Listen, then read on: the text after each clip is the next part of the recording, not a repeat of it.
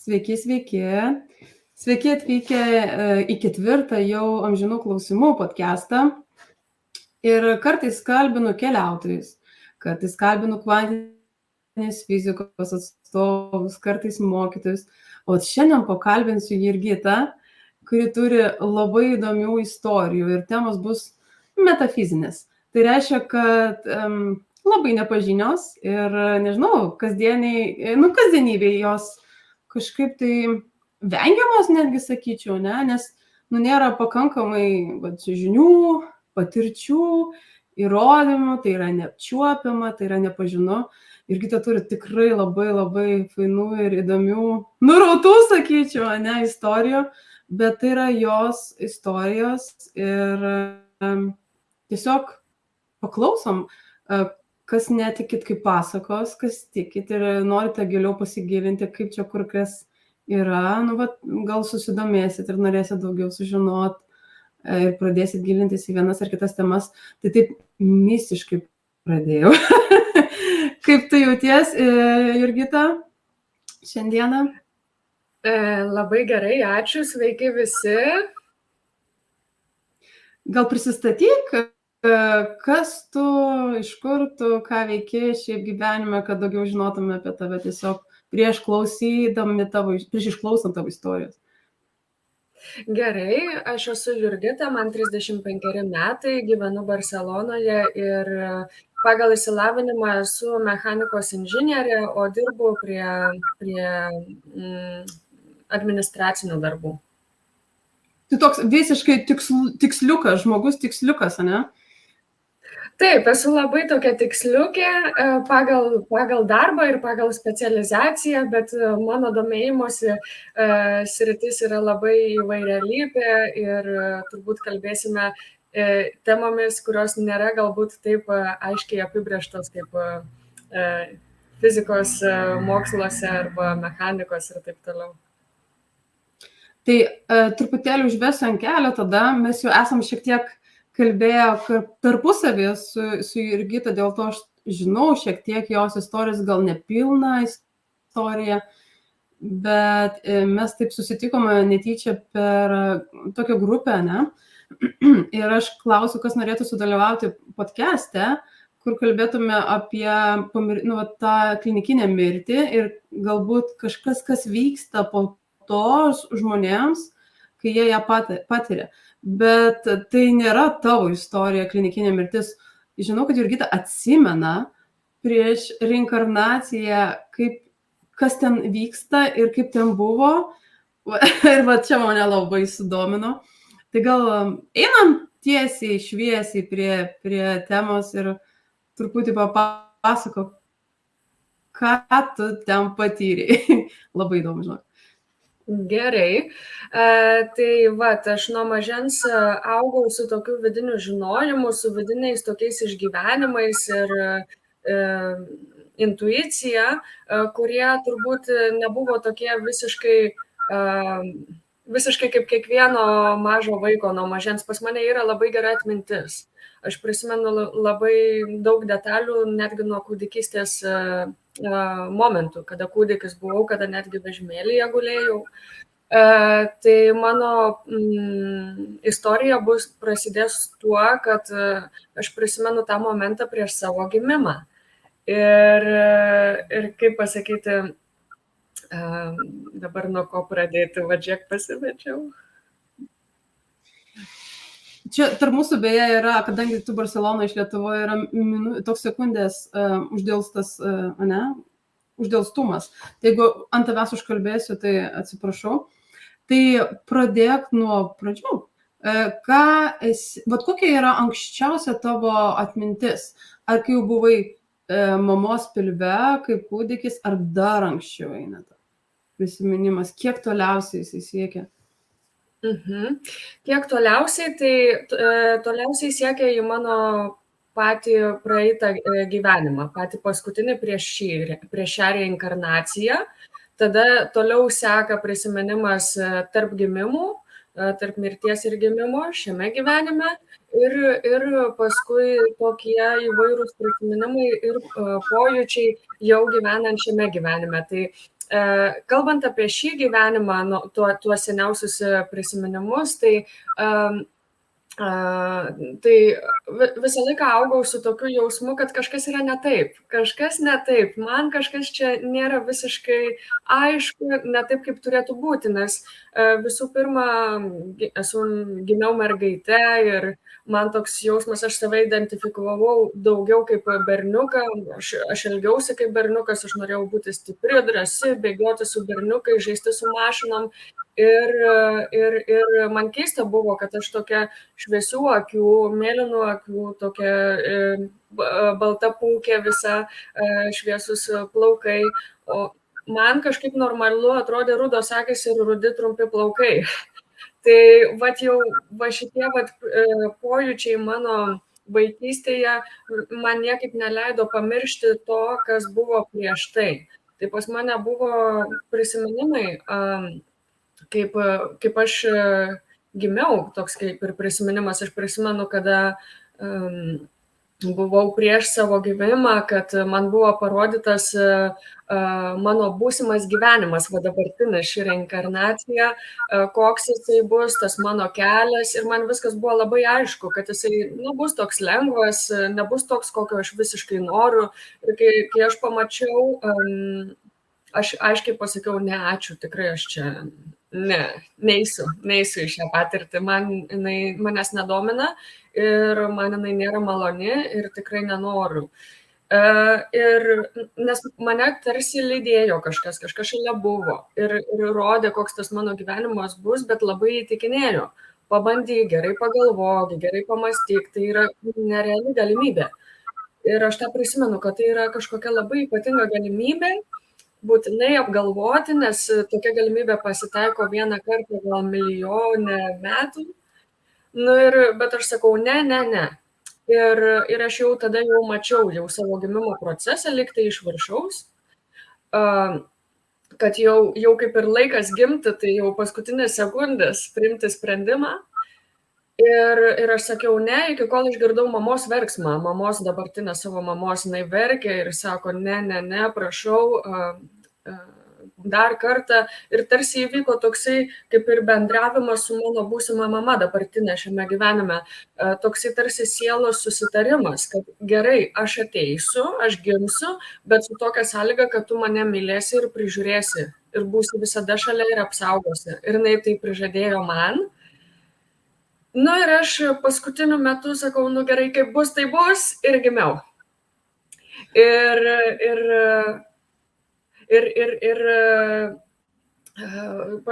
paskui, kalbant su savo mama, jau kai buvau vyresnio amžiaus, suaugusi, jinai man pasakojo, kad mano gimimo procesas buvo komplikuotas, kad gimiau be gyvybės ženklų, be kvėpavimo, nekvėpavau, širdutė neplakė, nieko. Ir gydytojai buvo jau visiškai pasiruošę, sako, jau reikia išnešti, viskas, jau nėra šansų. O mama atėjo toks momentas, kad tokia jinai labai pasiryžusi verkė ir sako, ne, dar kartą turit pabandykit. Ir sako, dar paskutinį kartą pabandė ten gaivinti ir sako, taip staiga įkvepia vaikas, kūdikėlis įkvepia ir tas pasigirsta verksmas ir staiga atgyja, tarsi gimsta antrą kartą. Ok, tai įdomu, ne? Aš iš tikrųjų ruošiausi šiai temai, skaitydama nemažai literatūros, žiūrėdama daug YouTube įrašų. Ir visi, kas toje temoje sėdi ir domisi, ir yra tas sielos pasirinkimas, į kokį kūną tu nori ateiti, ir tau siūlomi net keli variantai, tada apžvelgiama istorija, kas vyks, daugiau mažiau, bet man atrodo, iki 20 metų ne vėliau rodo, nes viso gyvenimo nerodo, nes tai gali būti tau nenaudinga ir tada tu pasirink gali ir ateiti sielą. Ir tai labai turbūt sunku daugam suprast, kas visai nesidomi ir nesigilina, reinkarnacija iš vis daug kas netikė, ne? Kaip tavo tie prisiminimai, kaip tu atrodai, kai esi dar, vat, kai renkiesi dar tą kūną, tau yra siūlomi variantai, kaip tu atrodai, gal atsimeni, kas tu esi, kokiam pavydale? Taip, irgi turiu labai ryškius prisiminimus, bet dar ką norėjau paminėti, tai mano prisiminimai yra tokie ryškus dėl to, kad mano siela turėjo tokį ketinimą, sudarė tokį stiprų,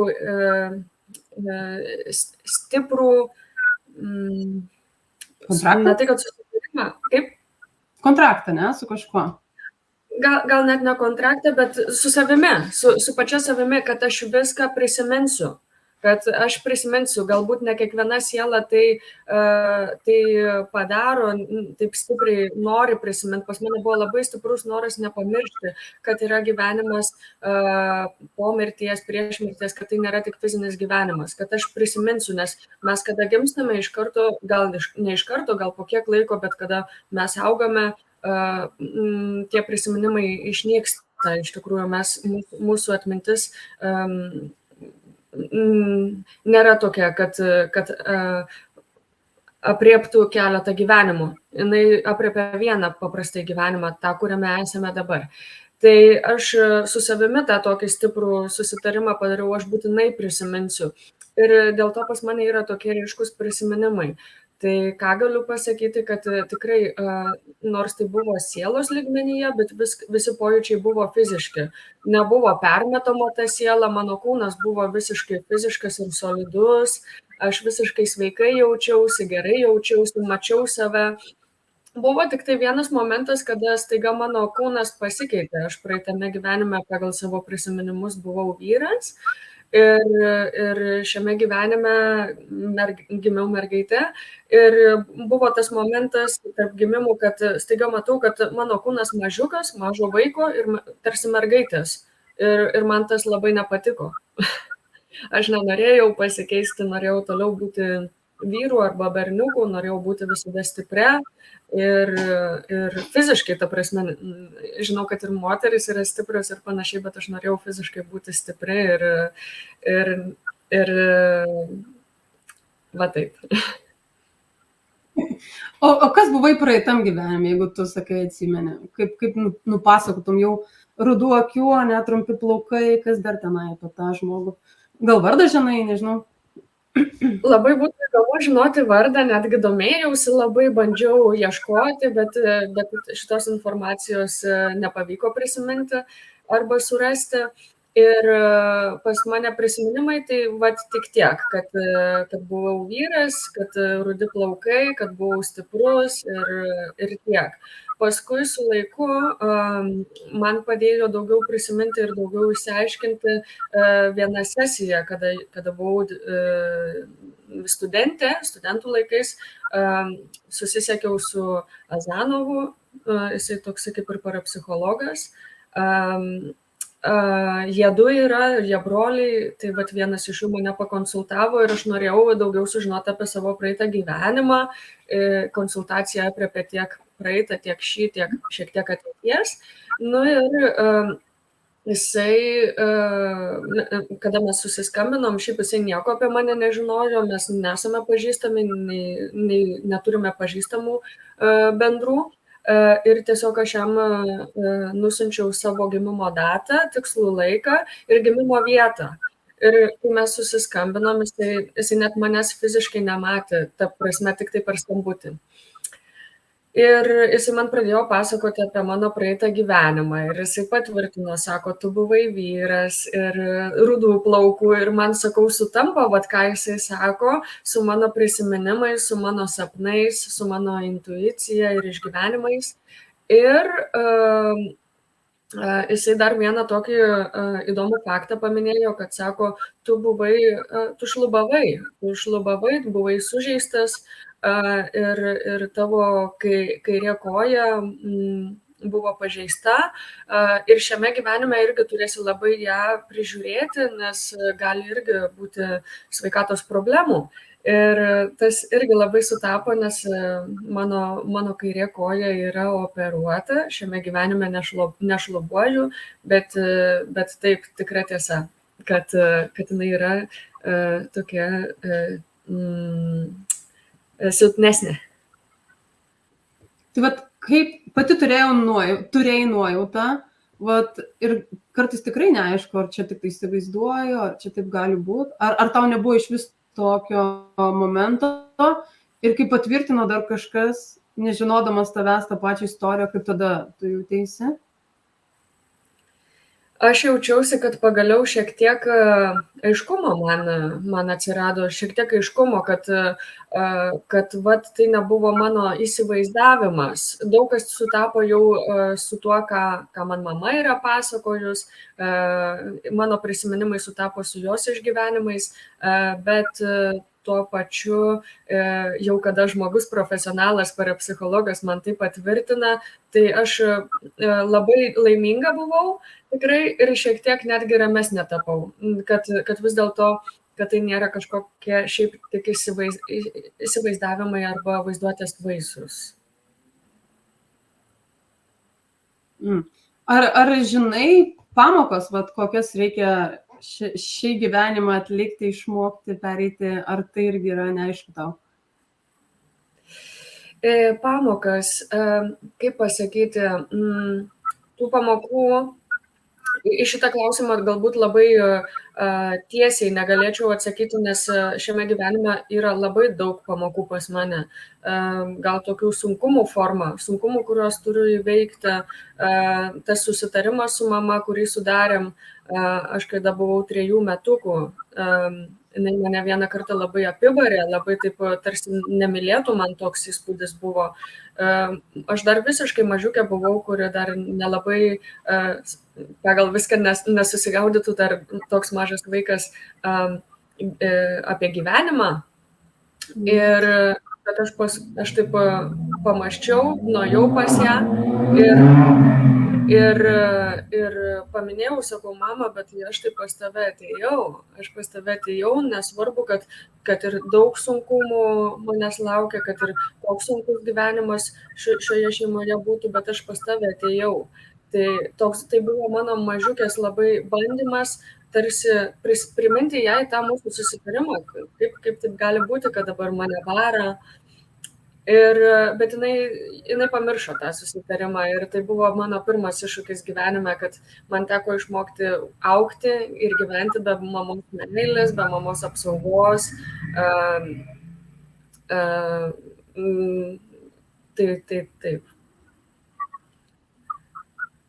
Tai truputį išdurta buvai mamos, ne? Pažadėjo ir neištesėjo. Kažkaip taip skamba. Taip. Pats pirmasis gyvenime, kaip pasakyti, nusivylimas, kada mes augame, mes tikime, nuo mažens tikime tuo idealiu pasauliu ir manome, kad viskas gerai, bet man teko nusivilti tuo idealiu pasauliu gana ankstyvame amžiuje. Reikėjo išmokti. Ne tai, kad išmokti, aš manau, kad mano jau ir praeitame gyvenime buvo panašus kelias, dėl to aš nenorėjau jo kartoti tos pačios istorijos šiame gyvenime. Aš buvau neapsaugotas mamos berniukas vaikas.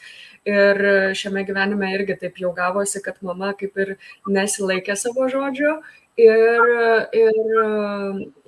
Bet aš manau, kad tai buvo tarsi irgi paskatinimas iš kažkur aukščiau, ar ne? Aš buvau visiškai įsitikinusi negimti šiame gyvenime, bet buvau paskatinta tarsi per mamą. Buvau paskatinta, kad pagalvok, pabandyk, o aš jau sakiau, kad ne, bet mama dar prižadėjo, sakau, gerai, pabandysiu. Tai vat vėl sugrįžtame prie tos pačios temos, kad aš visą laiką žinojau, kad kažkas manęs ypatingo laukia šiame gyvenime, kažkokia tai įdomi dalis, kažkodėl jisai vis dėlto vertingas, nepaisant to, kad tiek širdies dūžių teko išgyventi ir tiek sunkumų įveikti, tiek pamokų išmokti. Turbūt viskas ne veltui, tik tai vėliau suprasim turbūt, ne? Apžvelgia, kai mirsim ir apžvelgsim savo gyvenimą po mirties. Nes... Dažniausiai tai taip ir būna, taip, bet, kaip sakant, aš savo kelyje, savo įvairiose kelionėse, įvairiose patirtyse po truputį atėjo irgi šiek tiek aiškumo apie tai, atėjo šiek tiek tarsi žinių. Papasakok daugiau. Aha. Tai vat, kaip sakant, dabar kalbėjome daugmaž apie mano vaikystę, bet peršokant tiesiai jau prie ganėtinai netolimų išgyvenimų, gal prieš 10 metų maždaug, tai irgi teko labai daug kitų skaudžių nusivylimų išgyventi, kada mane išdavė mano sužadėtinis, kada nusisuko nuo manęs artimi žmonės ir teko pasilikti visiškai vienai, suvokti, kad aš turiu pradėti gyvenimą nuo nulio, viską išmokti nuo pat pradžių ir niekas manęs neapsaugos ir nepadės, jei nebūsiu aš pati. Ir buvo labai skaudu, labai sunku ir tas toksai antiek, tas toks skausmas vidinis antiek buvo stiprus, kad jau man buvo nebesvarbu, pasitaupiau pinigų ir nusipirkau dvasinę kelionę į Meksiką. Su tokiu ketinimu, kad išsigydyti žaizdas, kurias paliko mama nuo vaikystėje ir taip pat tas žaizdas, kurią paliko širdyje mano buvęs sužadėtinis. Vykau išsigydyti širdies žaizdas ir atrasti ramybę vidinę. Tu minėjai, kad teko bendrauti su šamanais Meksikoje ir ten kažkoks labai keistas įvykis nutiko, kai buvo ten piramidė Saulės. Taip. Tai tokia įdomi ganėtinė istorija. Nuvykau aš į tą Meksiką. Tai buvo maždaug 12 dienų kelionė ir kiekvieną dieną mes ėjome į archeologinės vietas, tas senovinės vietas, kur skaitosi, kad yra daug galios iki šių dienų išlikę energetinės. Na ir pirmos dienos tai buvo tokios, kaip pasakyti, įdomios. Mačiau, kad tai buvo grupė žmonių, mačiau, kad vienas žmogus vieną dieną turi kažkokį tai prabudimo išgyvenimą, tokį tarsi vidinį išsigydymą, kažkokį tai atradimą. Ir aš matau, kad jie visi turi tas tokias patirtis, vieną, antrą dieną kitas žmogus, trečią dieną kitas. Ir aš sakau, jau buvau net nusivylus, sakau, viskas, nežinau, ar čia mano vieta, aš lyg ir gydymo jokio nejaučiu, nieko įdomaus nejaučiu, man kažkokie tie žmonės, tie vedliai, šamanai pasirodė keisti. Sakau, nežinau, ar čia turėjau vykti. Bet paskui maždaug 5-6 diena atėjo ir man pasakė, atėjo dabar tavo laikas. Jie matė, kad aš nusivylus buvau, tai netgi buvo pasakę, kantrybės ateis tavo metas. Nu ir vieną dieną įsirašėm vėl į tas piramidės ir kopėme į Saulės piramidę. Jinai didžiausia pasaulyje piramidė, Saulės piramidė Meksikoje, po Gizos piramidės Egipte. Tai užkopėm ant jos viršaus ir tokį šamanas tokį nešiojamą altorėlį ant pačio centro uždėjo su kristalais ten ir visokiais daikčiukais ir atvėrė ceremoniją. Ir ta ceremonija tikrai tokia buvo ypatinga, tokia kaip filmuose, kad tik tai matai tokius dalykus. Iškėlė taip aukštai rankas, pradėjo melstis, įėjo į transo būseną, negaliu pasakyti. Ir kai pravėrė burną, kai pradėjo sakyti tuos žodžius, iš karto pasipylė lietus, o kaip žinote, ant tos Saulės piramidės yra pastovi teka tų turistų, jie lipa ir apeina ratuką ir tada lipa žemyn. Ir nėra taip, kad galima būtų vieniem pabūti ant tos piramidės. Tai tie žmonės, kurie buvo šalia, jie kai tai pamatė irgi liko be amo, pradėjo melstis, moteriškės pradėjo verkti, melstis, žmonės pradėjo mesti rožančius ant mūsų to nešiojamo altorėlio. Visi buvo tokie tarsi visai kitokioje būsenoje, tokioje labai pakylėtoje. Na ir man ta šamanas pradėjo sakyti tokius žodžius ispaniškai ispaniškai, ispanų kalba, sako, tu atėjai čia su tam tikra misija, tavęs laukia labai svarbus darbas, tai yra darbas su moterimis ir jaunomis mergaitėmis, tu dirbsi, jom labai padėsi. Ir šiaip tavo šeima, tavo šeimos sekančios kartos tą darbą tęs, nes ateina nauji laikai ir tu ir tavo šeimos sekančios kartos atneš žinias ir dalinsis žiniomis, kurios labai yra svarbios šiuo didžio pokyčio metu pasaulyje, nes, kaip sakant, šiuo metu vyksta dideli pokyčiai energetinėme lygmenyje, tai aš taip supratau. Ir taip pasakė to žodžius su tom rankom iškeltom, tada tokiais labai gražiais ir įspūdingai žodžiais uždarė ceremoniją ir būtent va tuo metu maždaug už tam tikro atstumo, saugaus atstumo trenkia žaibas. Tai labai labai garsiai ir labai įspūdingai trenkia žaibas vat būtent už to šamano. Ir užsidarė ceremonija, lietus nustojo lyti, debesis prasisklaidė ir pradėjo šviesti saulę. Tai vat visi tie žmonės, tie turistai, kurie buvo, kurie sutapo būtent piramidės tuo metu, irgi taip viską matė. Kaip tau tą liudijant, stovėm piramidės, čia lietus lyja, žaibit rankos, kaip tu jaukiai jautėsi, bent jau? Aš likau tikrai viduje likau, jausmas buvo tikrai jaukus, labai įspūdingas. Tokia patirtis, kuri būna tik tai kartą gyvenime.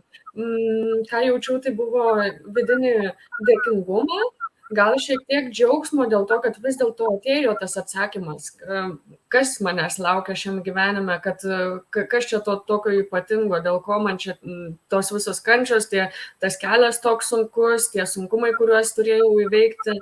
Ir tokia tarsi ramybė užliejo, bet iš tikrųjų šiaip, jeigu būtum buvusi su manim tenai tame rate tų žmonių, tai būtum mane mačiusi verkiančią, besišypsančią ir to pačiu verkiančią, net pasikūkčiojančią iš laimės.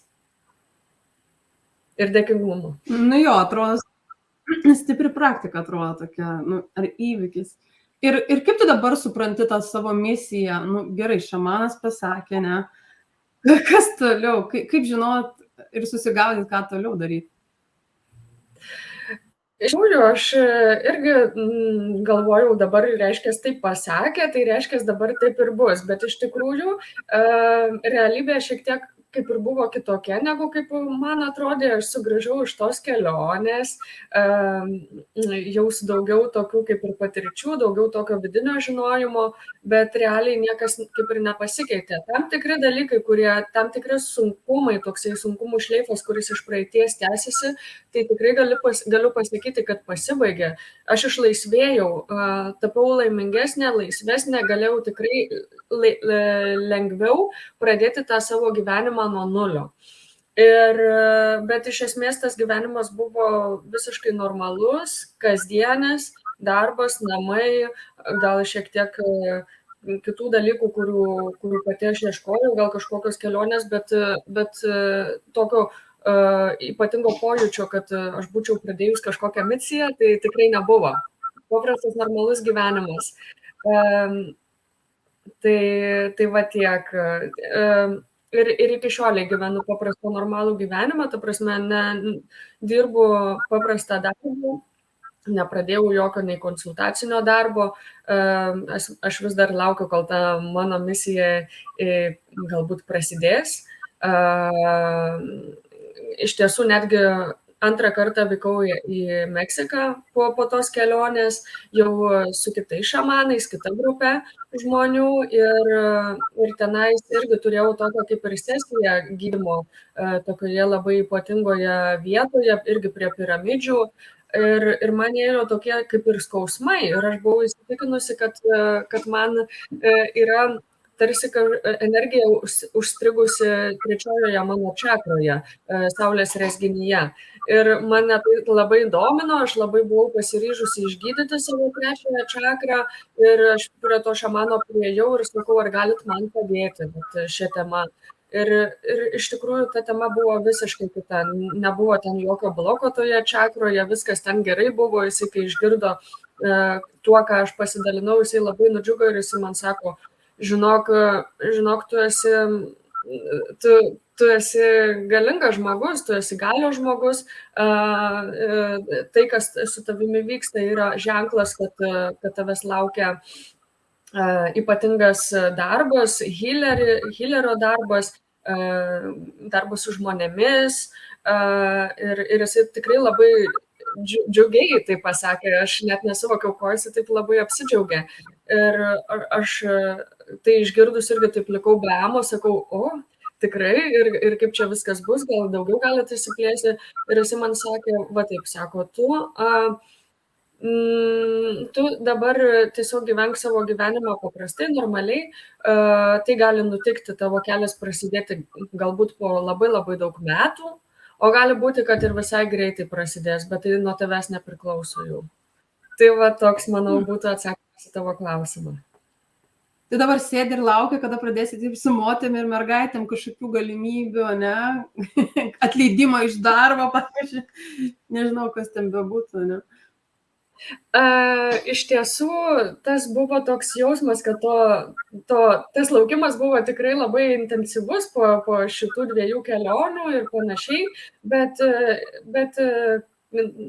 pagrindinis pokytis būtų manyje, kad dabar esu daug kantresnė, išsiugdžiau kantrybę ir tiesiog einu savo gyvenimo keliu. Gal bus labai smagu, kai tai prasidės, bet jeigu ir neprasideda greitai, tai vis tiek viskas gerai. Aš priimu savo kelią ir savo gyvenimą su džiaugsmu ir taip, kaip jisai yra. Išmokau jį priimti. Taip. Bet dar turėjai, tai nebuvo tavo viena ar antra kelionė, turėjai ir Egipto kelionę, kiek žinau. Kas ten buvo tokio mistiško, magiško, ar nutiko kažkas? Taip, aš Egiptu labai domėjausi ir iš tikrųjų po antros kelionės į Meksiką man buvo labai aišku, kad aš labai noriu dabar į Egiptą keliauti, nes irgi antros kelionės metu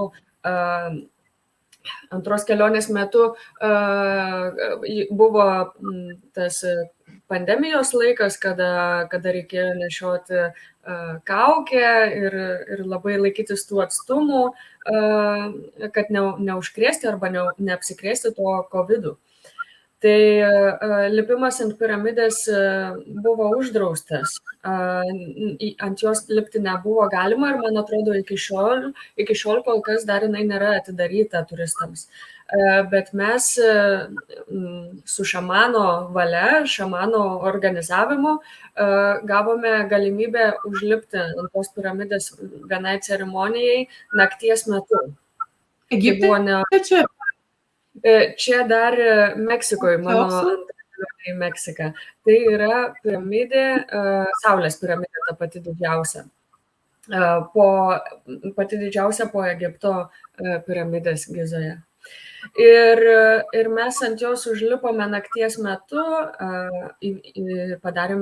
šamanas padarė labai gražią ceremoniją ir man tada labai aišku, pasiliko labai aišku, kad aš turiu vykti į Egiptą. Tokie sutapimai, tokie pokalbiai, kurie buvo vedami pačio šamano ir tarp žmonių, man vidinis toks žinojimas atsivėrė.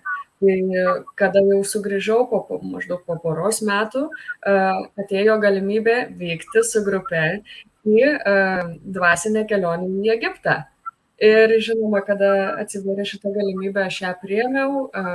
Ką galiu pasakyti, aš ją ir pati tos galimybės pati ieškojau, nes labai norėjau. Ir išvykau. Tai vat, irgi buvo labai įdomios patirtis tenais, nežinojau, ko tikėtis, visiškai buvau atvira tam, kas laukia. ką išsineši po tos Egipto kelionės, vat, kas kitaip, kadangi dvasinė kelionė vis tiek yra ta kelionė, kuri keičia kažką tavyje. Kažkas buvo kitaip, įvyko transformacija kaip ir po Meksikos, ar nieko nejautai? Transformacija taip įvyko, buvo labai daug įdomių išgyvenimų, pojūčių, tokių netgi mistiškų galiu pasakyti, bet tiek Meksikoje, tiek Egipte tikrai buvo mistiškų tokių išgyvenimų, gilių labai ir keičiančių tave iš vidaus. Bet bendrai taip kalbant, tai buvo iniciacijos kelionė, netgi ta kelionė buvo pavadinta dvasinė kelionė į Egiptą iniciacija. Tai mes aplankėme keletą šventyklų ir tas pagrindinės piramidas, tada plaukėme per Nilą ir kada plauki per Nilu, tai ten ant kranto upės yra išdėstytos tos sekančios šventyklos paskirtos skirtingoms dievybėms. Ir galiausiai mūsų kelionė pasibaigė Izidės šventykloje. O Izidė yra moteriška energija, jinai yra magijos, gydymo ir vaisingumo deivė. Tai vat būtent toje šventykloje aš patyriau savo iniciaciją. Buvo labai įdomi ir graži kelionė, mes tenai vykome nakties metu, šviečiant mėnulio pilnačiai, šventykla yra saloje, tai mes plaukėme su laiveliu tokiu mažiuku, visos susispaudusios, mūsų grupė buvo vien moteris, nuplaukėme į tą šventyklą, įėjome į vidų, dvasinė vedlė atidarė ceremoniją ir jinai prasidėjo ir labai įdomus buvo toks išgyvenimas, pajutau tarsi energiją tekančią per visą mano kūną, tokią stiprią energiją, gerą energiją, bet galingą energiją ir iš tikrųjų netgi atėjo tokia vizija, tarsi tarsi kobros energija, tos egiptietiškos kobros energija, tokia tarsi labai moteriška energija, nes gyvatės kobros energija yra kundalinė energija, tai daugiau kaip siejama daugiau su moteriškumu. Dabar taip labai konkrečiai atsakyti į tavo klausimą negaliu, nežinau, į ką ta buvo iniciacija konkrečiai, bet mano intuicija sako, kad aš įsigydžiau tą žaizdą, kurią paliko man mano mama.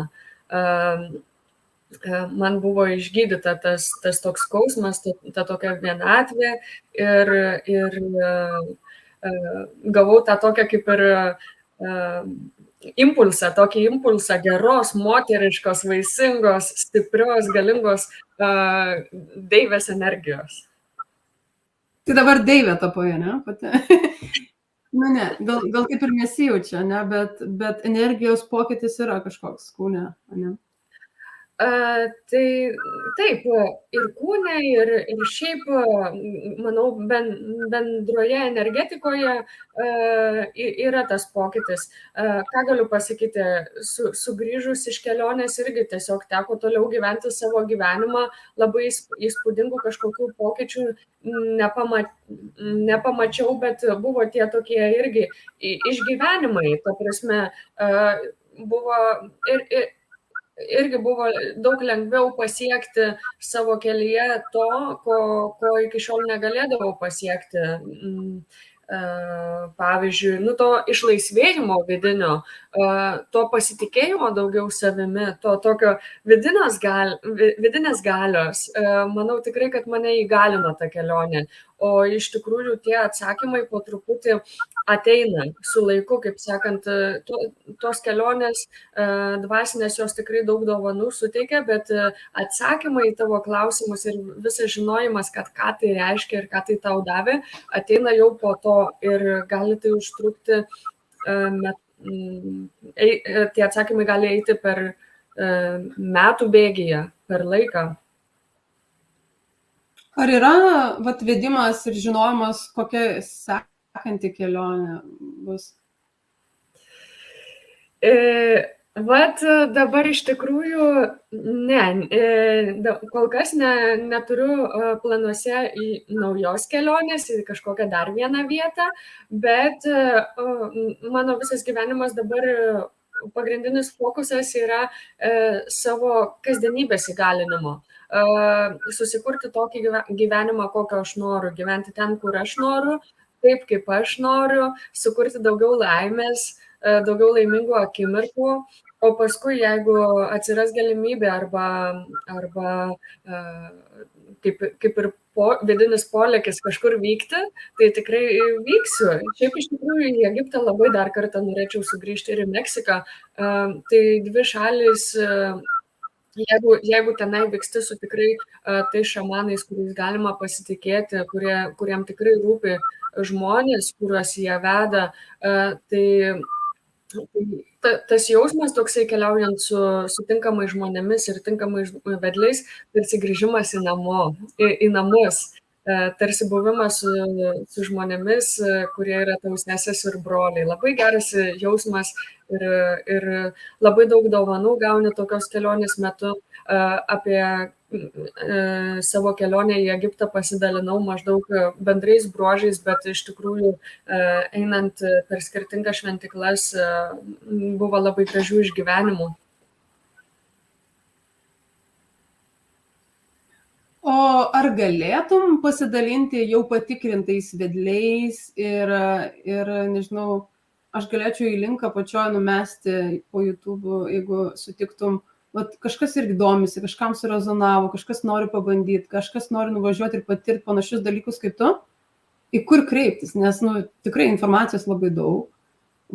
Ar tikrai tie žmonės yra patikimi ir galėtum garantuoti, kad su jais verta važiuoti, tikrai patikimi žmonės? Taip, labai svarbu yra atsirinkti. Aš labai džiaugiuosi, ačiū Dievui ir ačiū visai mano gyvenimo situacijai, kad aš iš pirmo karto vykau su tinkamai žmonėmis, kurie tikrai manimi pasirūpino ir pasirūpino kitais grupės žmonėmis ir viskas labai gražiai ėjosi ir labai tinkamai vyko.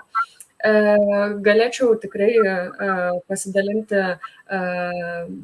tarsi kaip ir kontaktais, pavyzdžiui, į Meksiką visada vykstu arba su Ruizų šeima, tai yra Miguel Ruiz. Miguel Ruiz yra tas šamanas ir dabar jo pradėtą darbą šamanizmo tęsia jo šeima, jo vaikai. Jisai turi 2 vaikus, Jose ir Miguelis jaunesnysis, nes kadangi tam jau šamanui jau beveik kaip ir 80 metų, tai dėl sveikatos jisai pristabdė savo veiklą, bet per atstumą visada, kada galima, jisai prisijungia video skambučių su vaizdu.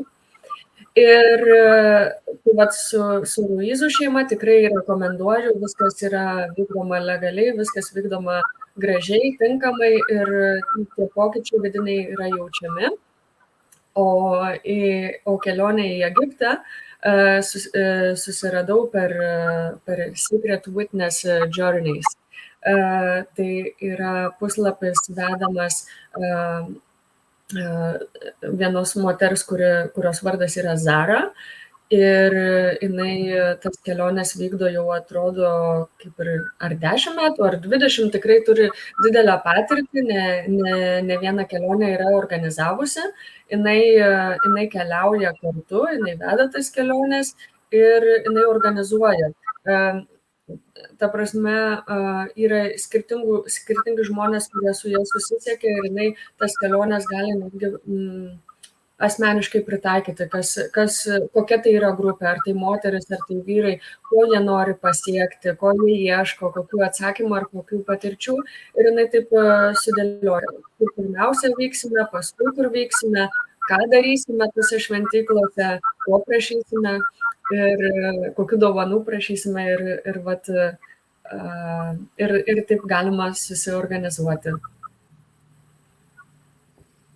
Okay. Ką patartum žmonėm, kurie viso šito, ką mes čia kalbam, iš vis netiki? Pažiūrim iš skeptiko perspektyvos. kas čia per nesąmonės, kažkokios iniciacijos, kažkokios šventyklos, gal tik įsivaizdavimas, kad čia vyksta, iš tikrųjų nieks nevyksta. Nu, va, tu turi patirtį, jie neturi. Ką tu jam pasakytum? Turbūt, kad ir ką be pasakytum, jie nepatikėtų, bet gal yra kažkas, ką norėtum perduoti? Arba kurie pusiau tiki, pavyzdžiui, ir tik nežinau, tikėt ar ne.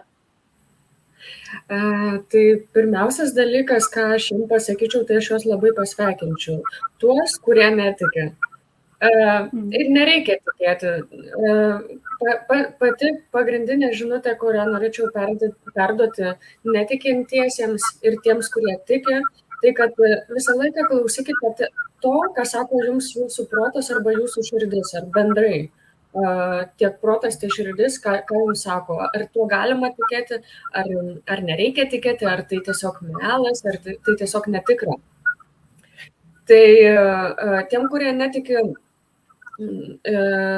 jie turi savąjį kelią, jie turi savo kelią, jie atėjo čia į savo gyvenimą daryti tai, ką jie daro, dirbti, tai jie dirba, turėti savo išgyvenimus ir tikėti tuo, ko jie nori tikėti, ir tai nereiškia, kad tai nėra tiesa. Tiesiog kiekvienas turi savo savo galbūt misiją arba savo tiesiog gyvenimą, kokį jie turi gyventi, ar ne? Tai vat, o tie žmonės, kurie labai tiki, tai aš juos kaip tik paskatinčiau netikėti aklai niekuo, kas yra jiems sakoma. Netgi mano mokytojas šamanas Don Miguel, jisai visą laiką sako, aš jums pasakoju, aš dalinuosi savo patirtimi, aš jums sakau tiesą, bet noriu pasakyti, kad tai yra vis dėlto tik žodžiai. Tai yra žodžiai, kurie yra kaip kelio ženklai, kurie veda į tiesą, bet tai nėra visiškai globali tiesa. Todėl, kad vienam žmogui vienas dalykas veikia, o kitam kitas veikia. Galbūt tai, kuo aš dalinuosi, yra tiesiog mano patirtis. Ir jūsų patirtis galbūt bus visiškai kitokia, arba visiškai kita patirtis jums bus tinkama. Bet mano dalinimasis jūs gali nukreipti į savąją tiesą. Tai va, tie visi mokymai, kuriuos aš esu praėjusi su šamanu, aš mokiausi pas jį 4 metų kursuose, kelias į autentiškumą. Ir jo pagrindiniai tie mokymai yra suteikti, įgalinti žmonės ir paskatinti juos klausyti savo širdies, savo proto, surasti savąjį kelią ir nukreipti juos atrasti savąją tiesą. Tai baigiai kursus ir dabar pati esi tam tikrą prasme šamaniškų žinių turinti, kaip, nežinau, pusiau šamanė?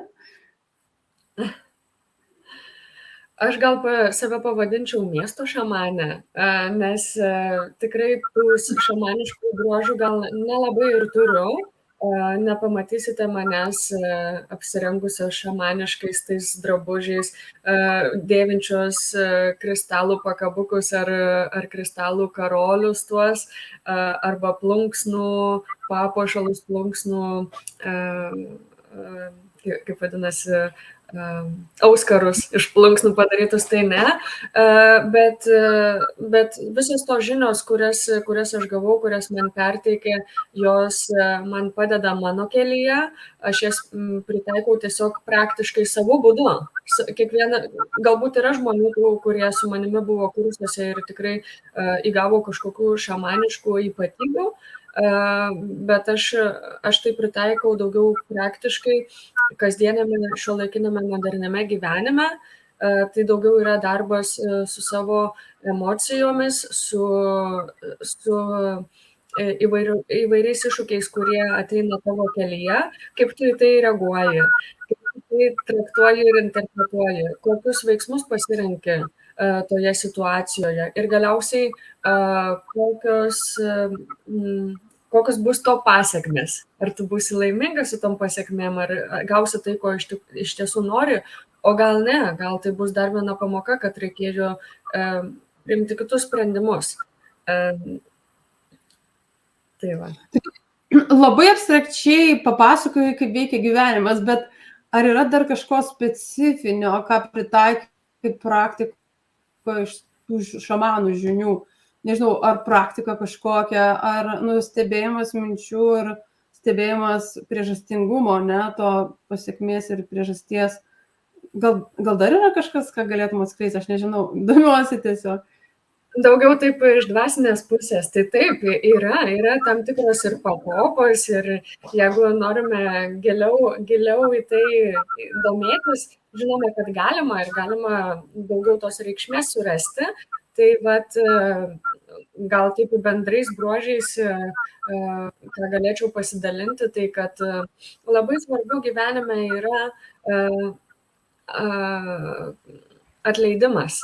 Tai yra tokia kaip ir mistifikuotas konceptas šiais laikais, kad reikia atleisti, kad reikia dalintis su aplinkiniais, kad nelaikyti nuoskaudų, bet iš tikrųjų tai yra tik paviršinis paaiškinimas.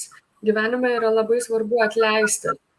Ir tas atleidimas yra pirmiausia nukreipiamas į išorę, atleisti pirmiausia savo artimiausiams žmonėmis, tėvams, artimiausiams šeimos nariams, tada galbūt draugams, atleisti visiems, kurie yra kažkuo tave nuvylę arba tave nuskriaudę. Ir kada mes imamės tam tikrų žingsnių, kad pasiektume tą atleidimą, kad galėtume jiem atleisti, galiausiai atveriame kelią atleisti savo pačiam. Iš tikrųjų, tai irgi yra gilesnis dvasinis konceptas, kaip mes dažnai apie tai net nepagalvojame, kad mes neatleidžiame savo, bet iš tikrųjų tai yra labai išlaisvinanti patirtis atleisti artimiesiems, atleisti visiems ir tada atleisti savo. Nes iš tikrųjų tie mokymai, kuriuos irgi aš praėjau, toltekų mokymai iš Meksikos, jie veda į vidinį išsilaisvinimą. Ten labai daug kalbama apie tavo asmeninę laisvę, kaip ją surasti. Tai viską, pagal mano patirtį, tai yra atleidimas. Kada mes atleidžiame savo šeimai, savo artimiesiams, kurie mus nuvylė, nuskriaudė, mes randame daugiau laisvės gyvenime, mes tarsi įkvėpiame gryno oro, laisviau ir lengviau, todėl kad mūsų nebetraukia tas praeities šleifas, mes galime labiau gyventi dabartyje, giliau išjausti savo laimę ir džiaugtis kiekvienu mažu momentu dabartyje. O atleidimas savo irgi yra toksai kaip ir sunkiau tai apibūdinti šią patirtį, bet tai irgi yra tam tikri pratimai, kuriuos darant tu išgyveni tą dvasinį atleidimą savo. Ir mano atveju, kaip tai vyko, tai aš kada pajutau atleidimą savo, tai netgi visa mano aplinka tarsi atspindėjo tą mano pokytį vidinį. Aš daugiau ta vidinis jausmas buvo labai išlaisvinantis, tik tiek galiu papasakoti žodžiais tą išgyvenimą. Bet jeigu pabandyti tai apibūdinti, tai aš tą savo pokytį mačiau kaip veidrodyje atspindi. Mano gyvenime atsirado daugiau atleidimo žmonės, tie, kurie kažkada seniai kažką man buvo negero pasakė ar įskaudinę, jie su manim susisiekė ir pradėjo prašyti atleidimo. Tai mane labai nustebino ir suteikė daug vidinės ramybės ir džiaugsmo. Taip, jie nežinojo apie tavo praktikas nieko, bet tiesiog sugalvojo tau vieną dieną parašyti po daug laiko iš kažkur ir paprašyti atleidimo? Taip, vat būtent taip ir buvo. Ir labai atrodytų tiesiog gal sutapimas, ar ne, bet aš pasirinkau tikėti, kad tai buvo vis dėlto tų visų didelių pastangų ir darbo vaisius. Kvantinėme pasaulyje viskas susiję, kur mes nelabai galime ir žinome, kaip tas jis veikia dar. Tai gal paskutinis mano klausimas tau, kadangi tu atsimeni gyvenimą prieš gyvenimą ir kaip dabar tavo požiūris į mirtį? Ar tu jos bijai, ar tau visiškai ramu, vat, ir lauki, kaip ten bus, kas ten bus? Nežinau, kaip bebūtų. Aš pačios mirties nebijau, tai ko bijočiau, tai galbūt aplinkybių mirties ar galbūt to fizinio skausmo, kuris gali būti, bet šiaip mirties kaip koncepto tai nebijau, aš esu įsitikinusi ir iš savo patirties žinau, kad tai ne pabaiga. Tai ne pabaiga ir į ją žiūriu kaip į nuotykio tęsinį, kad pasibaigs vienas mano esybės, mano sielos etapas ir prasidės naujas nuotykis, kuris bus gal netgi dar įdomesnis, dar džiaugsmingesnis. Žodžiu, kelionė tęsis ir po mirties. Kas netikėt, man atrodo, vis tiek tai bus, ne? Šiaip labai ačiū tau už visus tokius atvirus pasidalinimus. Ir kai kam, kad ir nuskambės, žinai, keista istorija, man tai yra tiesiog labai įdomu kapstytis tose temose, kurios yra nepažinios. Tai ačiū tau, kad pakvietei į savo podcastą. Tikrai buvo labai smagu pasidalinti savo istoriją. Ir ką dar norėčiau palinkėti žmonėm, tai klausyti savo širdies ir tikėti, kad visi atsakymai vis tiek ateis su laiku ir galbūt netgi jie jau yra jūsų viduje. Tai, ką sako jūsų intuicija, neapvils tikrai. Ačiū tau dar kartą už palinkėjimus ir labai įdomų pokalbį. Ir iki kitų susitikimų. Ačiū visiems klausantiems. Iki.